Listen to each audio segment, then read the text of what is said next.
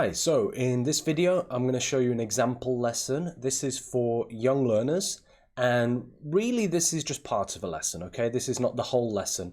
The main focus of this now is the vocabulary. So teaching vocabulary, scaffolding, checking, some vocabulary activities and those kind of things.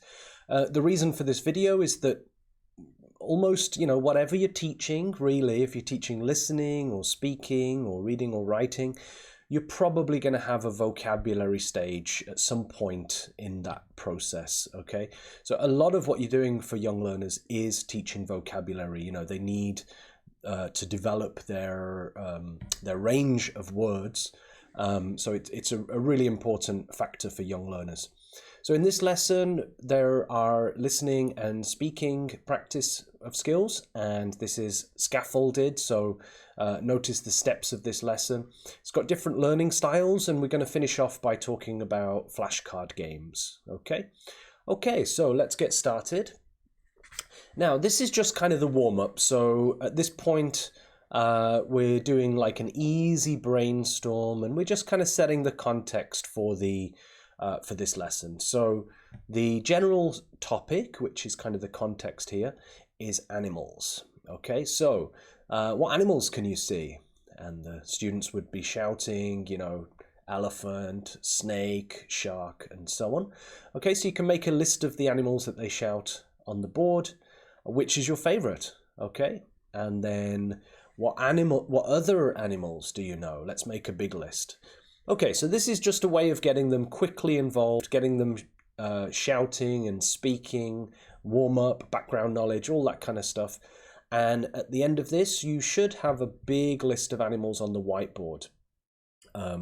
Most young learners can name at least a few animals in English. So yeah, this is quite an easy way of just warming up. Okay, so now you have a big list of animals on the whiteboard. My suggestion is don't move on when you've brainstormed a list of words, right? This is a good time for you to be asking concept checking questions, CCQs. Now, you may have heard of CCQs, and usually it means comprehension check questions.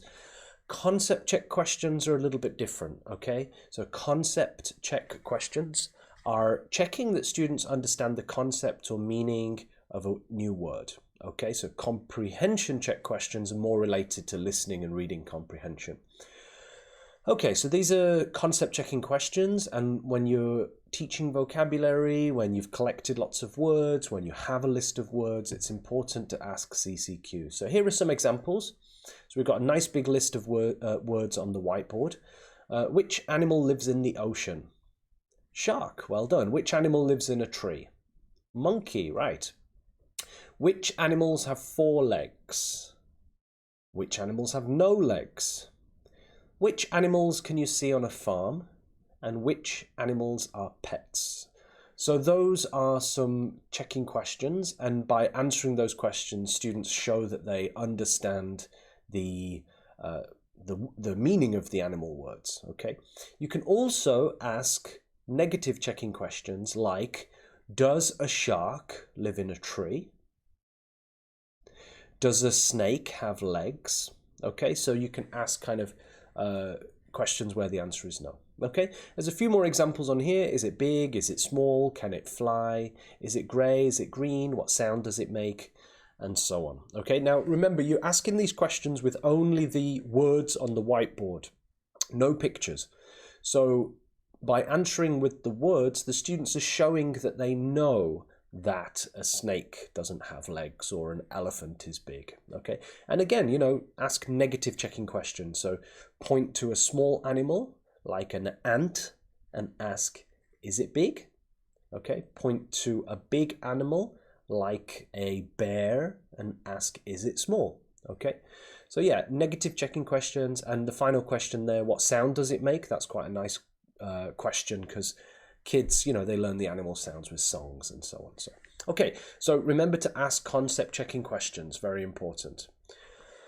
Now, in this lesson, we're going to learn some new animal words. Now, I didn't really mention this at the beginning, but what I've done with this lesson is I've selected animals that you probably don't know. Okay, and I do this quite often with example lessons. I choose language that that you don't know. And the reason for that is to give you the experience of learning new words or new expressions. Okay?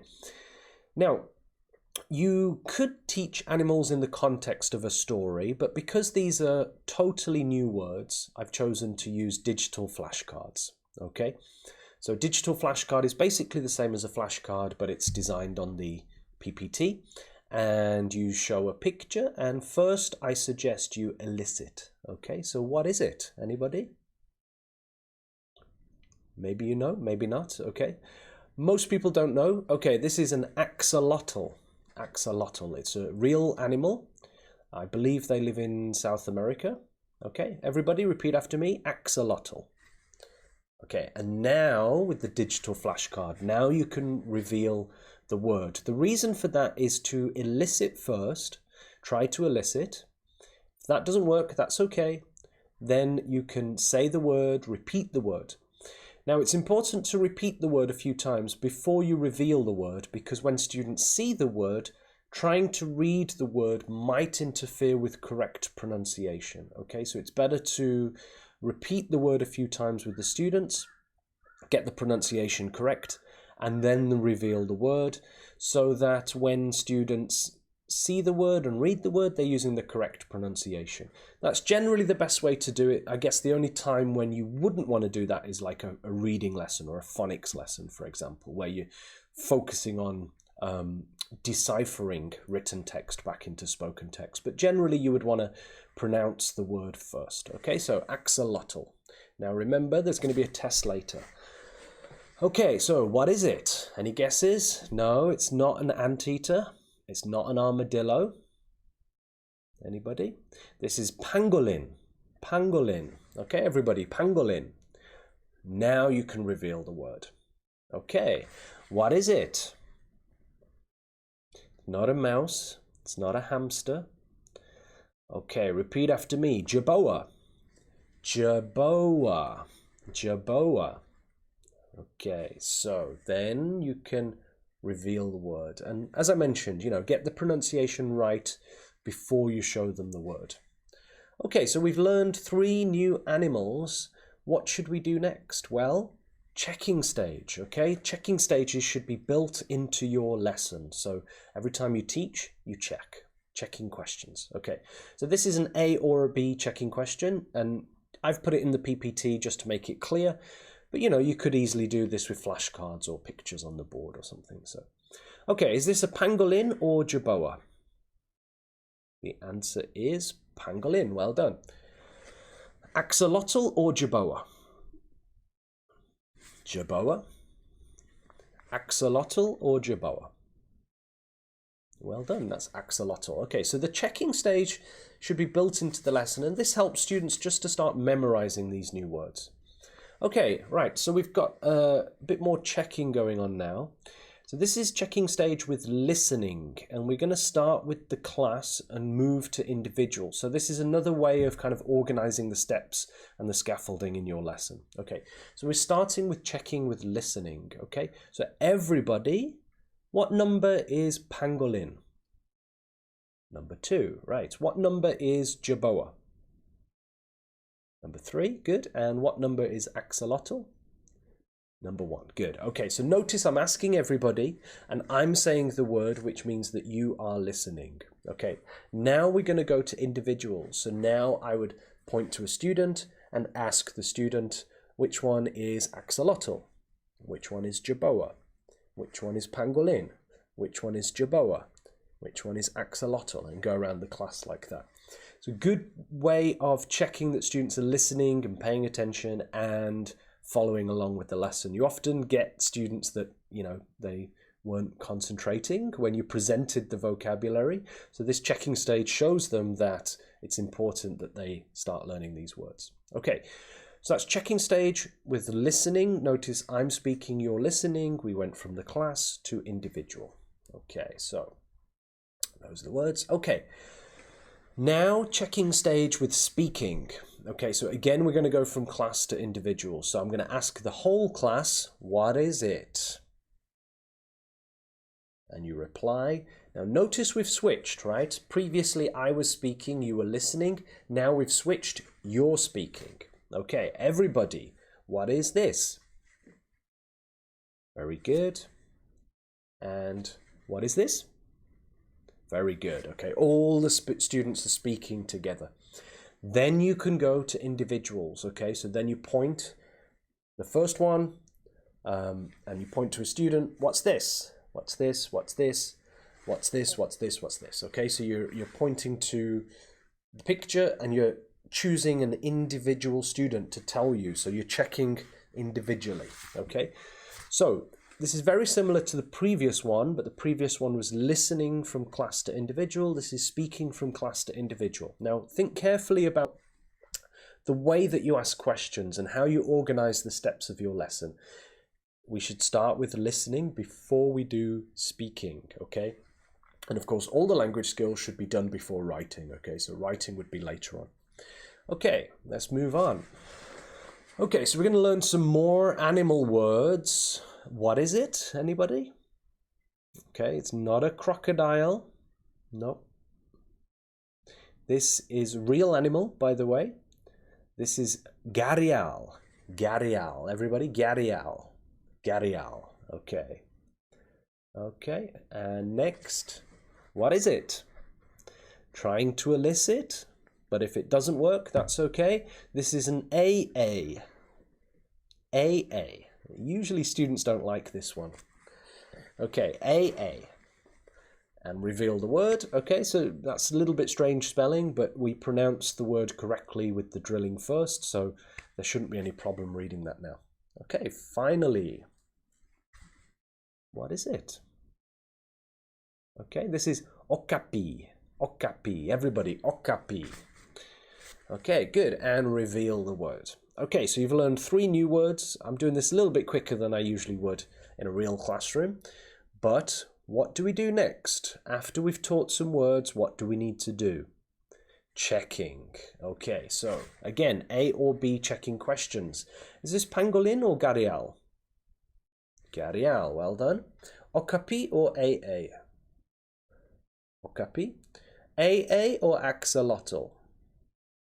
AA, well done. Okay, so A, B checking questions, and again checking with listening from the class to individual. Okay, so everybody, what number is okapi? Number 3, well done. What number is AA? Number 1, good. And what number is gharial? Number 2. Okay, so we've done with the class. Now we go to individuals. Okay, so what number is gharial? What number is okapi? What number is AA? And you're selecting individual learners to respond. Okay, so you're checking individually. Okay, and again, speaking from class to individual. So everybody, what is it? What is it? What is it? Okay, so everybody's chorusing, drilling, repeating, everybody in the class. And again, we're going to go to individuals. So choose a student. What's this? What's this? What's this? Okay, you go around the class and individually ask them to repeat or tell you one of the animals. Okay, okay, not repeat actually. Okay. Okay, so we've learned 6 new animals. These are all real strange animals. I chose these specifically because you probably have never heard of these animals before. Okay, so we're going to play a memory game. So what I want you to do is say all of the animals, but the animals are going to start disappearing. So you have to remember what's missing. Okay, so let's do together. Axolotl, pangolin, jerboa, gharial, AA, okapi. Okay, you do that a few times. Now what's missing? Right. Axolotl, pangolin, jerboa, gharial, AA, okapi. Okay, what's missing? Axolotl, pangolin, jerboa, gharial, AA, and okapi. Well done. Okay, and moving on, axolotl, pangolin, jerboa, gharial, AA, and okapi. Okay, so, and you do this as many times as you need to with the repetition, slowly taking them away. Okay, can you do it? Axolotl. Okay, I wasn't concentrating. Okay, so you get the idea, right? This is a memory game. It's called Magic Eyes. Yeah, so you can do this with flashcards on the whiteboard as well. Okay, so this is another game that you can play. This is What's Missing game. Again, you can do this with flashcards. Most of these activities, you don't actually need a PPT to do these. So this is What's Missing game. It could be in teams. You could have like boys versus girls or different tables. Okay, so have a look at the 6 animals and remember, on the next slide, one of them is going to disappear. So you have to tell me, you have to shout quickly, which animal disappears. Are you ready? Go. What's missing? Okay, I hope you got the answer. Gabriel. Okay, what's missing? Okay, Okapi, very good. And one more. What's missing? Go. Okay, and the answer is AA. Okay, so What's Missing game is good for kind of training memory. And yeah, it's a fun game for young learners. Okay, so, right, so you've seen how we've scaffolded from the setting the context, the warm-up of discussing animals, the digital flashcards, the scaffolding with listening and repetition, checking questions, a few activities to help memorize and practice.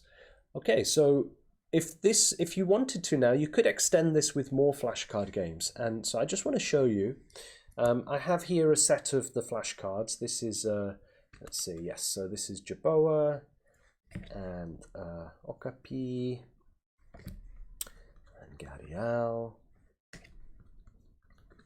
AA, Axolotl, and Pangolin. Okay, so this is a small set of practice flashcards, right? So practice flashcards are generally small and they're used for kind of student pairs or group work practice. So what kind of games could we do now with these flashcards? Okay, have a think about that. There's lots of games you could do. You could give a set to a table or a pair, and you could do various kind of games with these. Okay.